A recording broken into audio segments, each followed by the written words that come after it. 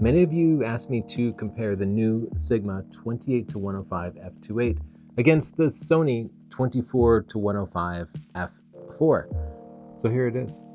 The biggest differences are right in the names. The Sony lens is f4, the Sigma lens is f2.8. That's a one-stop difference. Each stop is a doubling or halving of light. So that means the Sigma here gathers twice as much light as the Sony. In low light situations, the Sigma will produce images with significantly less noise.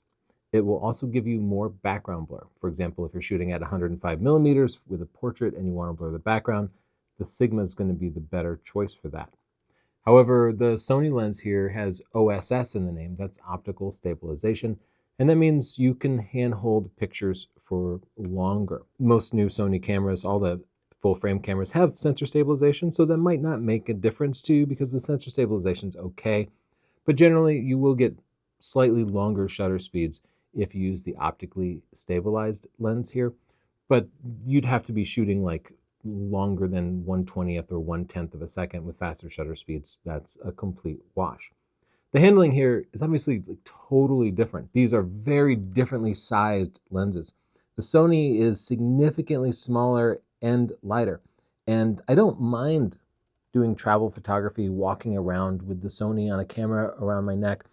The Sigma though, well, it's a big heavy lens. It's a professional grade lens. And if you put this on a camera and sling the strap around your neck, you're gonna get tired. I did. So for travel photography, I would grab the Sony here. And for things like event photography, I would totally grab the Sigma where the extra stop is gonna benefit me. Also, the Sony here goes back to 24mm, while this is at 28mm. That makes a pretty big difference. Like I really like that 24 to 28 range. Your phone's at 24mm. So that kind of becomes the default focal length for most people. And I hate to give that up on a general purpose walking around lens. So I really like, go back to 24mm. But if I were shooting an event, I would have a second camera with a 16 to 35 lens on it anyway. And thus, in professional scenarios, I don't miss the 24 to 28 range. The Sigma does have a handling benefit that I really appreciate. You can see it has a physical aperture ring here. The Sony doesn't have a physical aperture ring, so you adjust the aperture with the camera. Sony didn't start adding aperture rings to their lenses until a little bit later. I tested these two lenses for sharpness, so let's take a look at those results now. Here's our testing. Let's zoom way in. At 28mm, it's really close. The Sony is a little bit blurrier, but they're both pretty good. Towards the edge of the frame, the Sigma's advantage is a little more obvious. Let's look at 105mm. At 105mm, the difference is pretty clear.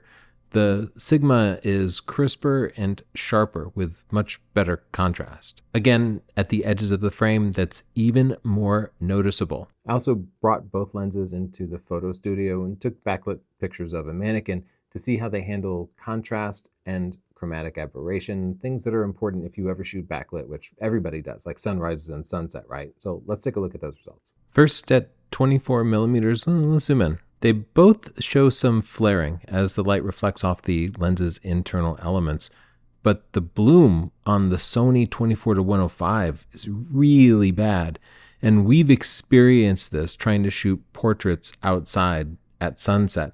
The bloom on the Sigma, much, much better. And you can see how washed out the subject's face gets with the Sony.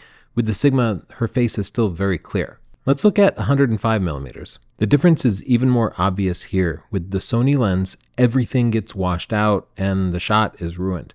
The Sigma lens can be used in backlit situations and the contrast holds up.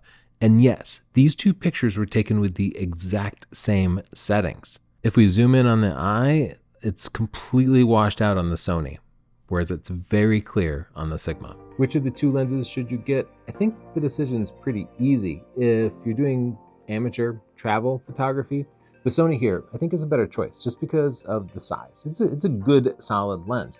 If you're a pro shooter, shooting events or times when you know that you're not going to need that 24 to 28 focal length, the Sigma here is definitely a better choice. This is a proper professional lens, but professional lenses come with things that hold them back, like this massive size, right? Like there are some penalties, there's always compromises. So pick the one that's right for you. And whichever one you pick, please do use our links. This is not a sponsored video. I'm doing this because I read the comments and you guys wanted the comparison, so here it is. Using our links helps to support us. Also, please subscribe to get future reviews, photo news, and much more. Thanks and bye.